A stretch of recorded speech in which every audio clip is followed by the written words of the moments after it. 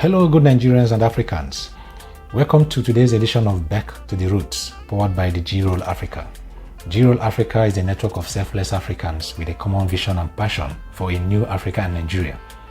This program is designed to help us as Nigerians and Africans rediscover ourselves, our lost dignity, and our lost values. My name is Dr. Henry Debem, the anchor and facilitator of the G-Roll Africa.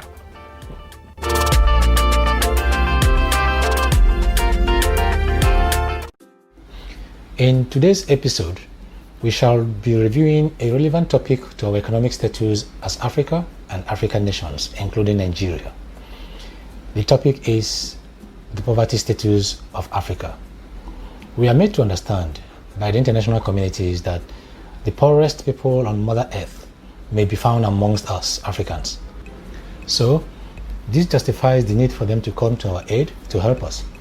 Africa supposedly becomes the first point of call for many countries and organizations that are so kind to feed poor people or give them aid to help them.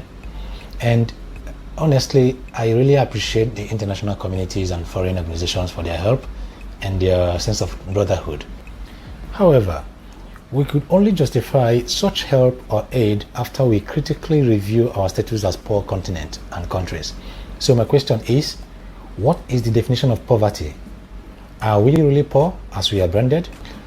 Before the Africa Arise conference that was held in March this year in Abuja, the G-Roll Africa conducted a survey that elicited views of Africans on some of these perceived statuses we bear as Africans.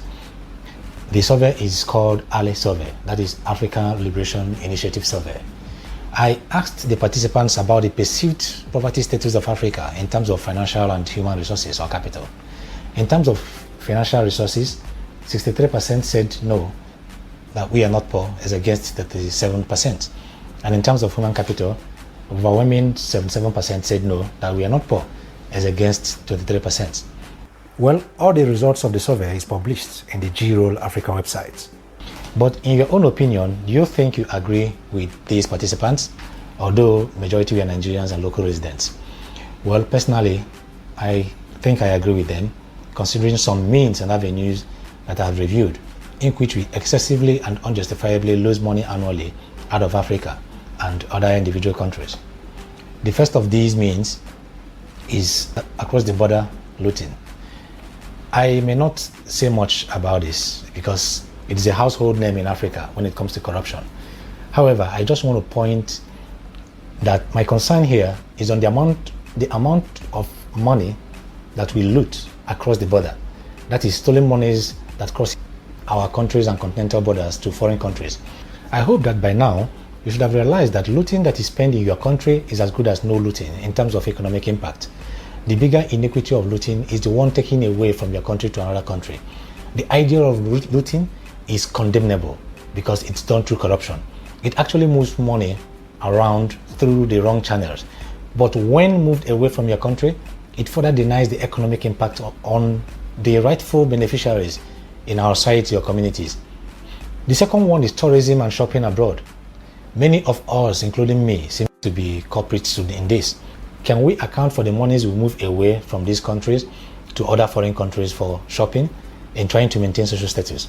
As bad as it is, the worst is even the money spent on shopping or importing the produce or the products that we can find in Africa. For now, I won't go into the negative mindsets underlying such practices or the economic impact of such practices. It's not the topic of this episode. I will treat that in the next episode. Let's go to the next one, which is the tuition fees to foreign universities. Can you account for the amount of money we spend in education tourism? Now, almost all our youth, if not all, want to go to school abroad. And I do not blame them. With the condition of our education systems, you would want to get better services elsewhere if you have the opportunity, right? I am a faculty in the foreign university and I would authoritatively tell you that over 70% of my students are Africans. How much is that we lose on education, including the payments to obtain international certificates? And thanks to advent of online education systems, I would give you an idea of how much we lose on education. Just hang on in a moment. Then let's go to the fourth one, which is the visa fees for migration that we pay every day. Can Africa account for the amount of money her citizens spend in what has become traditional contributions to foreign countries in search of essential needs that African leaders have failed to provide for their citizens? Each time I ride across some popular embassies, I become so sensitive to the masses lining up every day in those embassies. I feel so sorry to their plight, because I could imagine that they bring in their savings, sales, borrowings, and so on, yet at the end, less than 10% will be successful. If Africa is really poor, how do Africans have such massive funds to be donating to embassies with the hope of, finding a greener pasture elsewhere?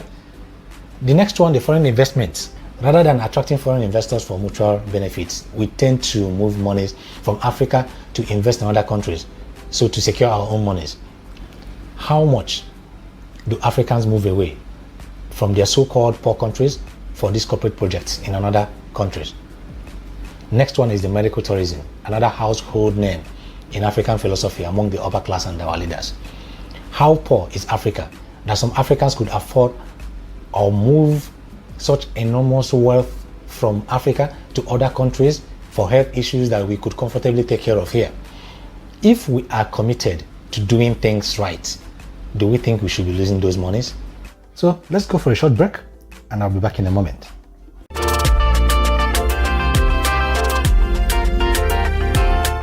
You are listening to Back to the Roots, powered by the G-Roll Africa on 95.1 Nigeria Info FM and presented by Dr. Henry Debem, the anchor and facilitator of the G-Roll Africa. G-Roll Africa is a network of selfless Africans with a common vision and passion for a new Africa and Nigeria of our dreams. This program is designed to help us as Nigerians and Africans re-engineer our mindsets, rediscover ourselves, our lost dignity and values. Rediscovery and liberation of Africa is in our hands. You can share your communications and suggestions with us through our WhatsApp on 0703 7800 218 or via email infodesk@thegrollafrica.org. You can also visit and join us through our website www.thegrollafrica.org or YouTube channel and Facebook page at the G-Roll Africa Network. The G-Roll is spelled THEGROLE. There, you will learn about our audio and video resources and our ongoing and upcoming events. G-Roll Africa. Stay African, live African.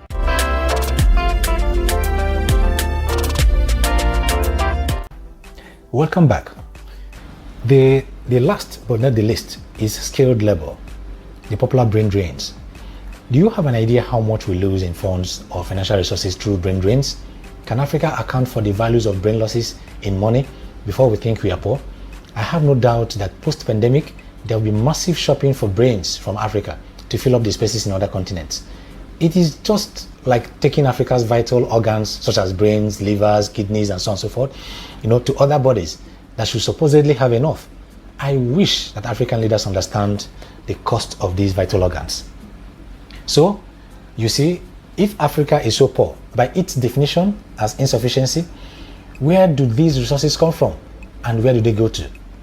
Now, let me take you to some shocking facts for the benefit of those who may still be in doubt of understanding how rich we are against the common branding of poverty.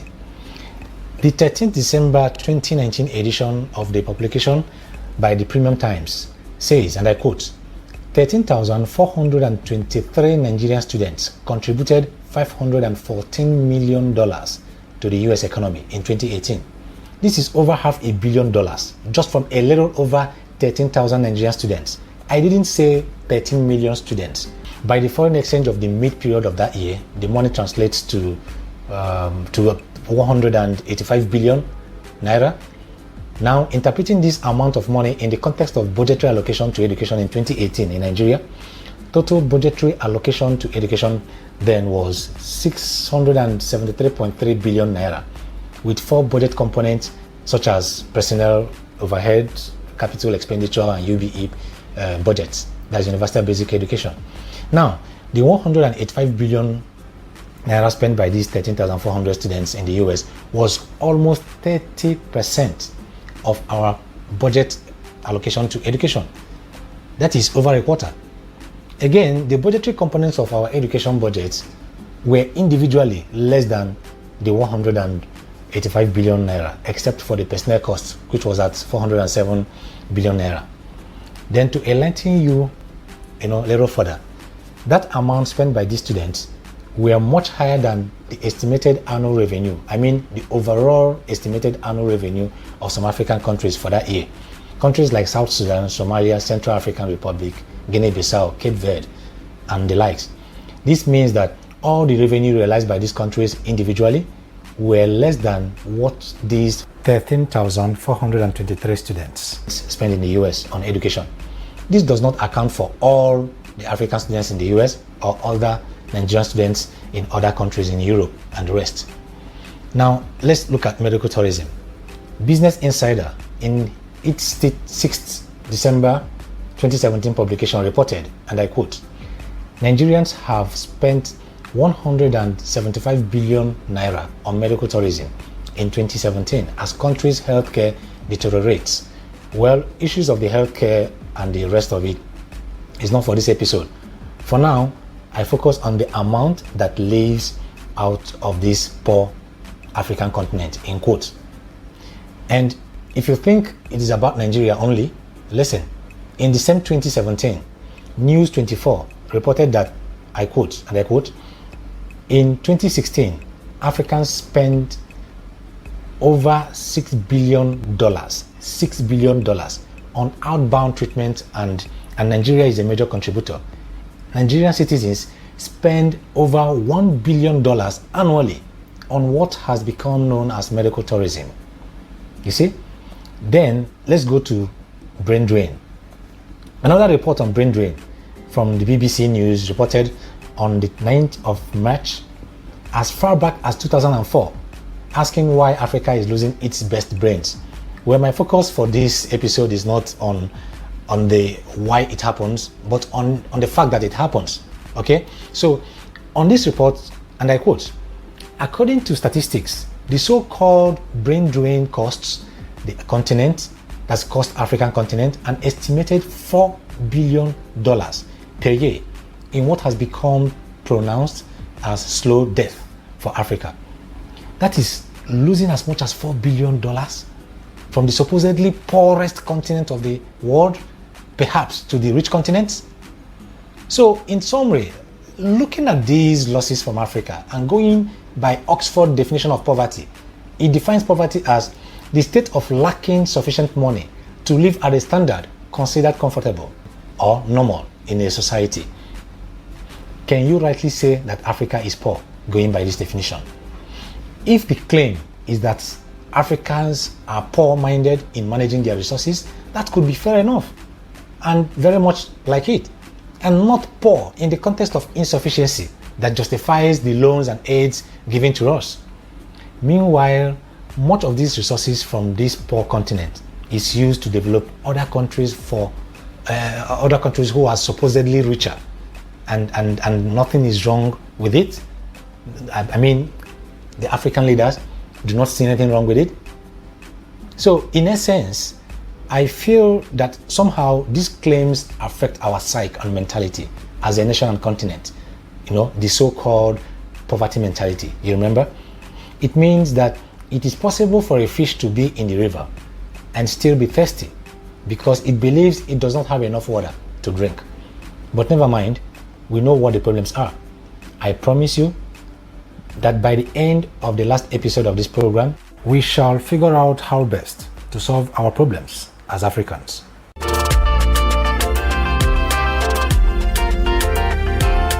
You are listening to Back to the Roots, powered by the G-Roll Africa on 95.1 Nigeria Info FM and presented by Dr. Henry Debem, the anchor and facilitator of the G-Roll Africa. G-Roll Africa is a network of selfless Africans with a common vision and passion for a new Africa and Nigeria of our dreams. This program is designed to help us as Nigerians and Africans re-engineer our mindsets, rediscover ourselves, our lost dignity and values. Rediscovery and liberation of Africa is in our hands. You can share your communications and suggestions with us through our WhatsApp on 0703 7800-218 or via email infodesk@thegrollafrica.org. You can also visit and join us through our website www.thegrollafrica.org or YouTube channel and Facebook page at the G-Roll Africa Network.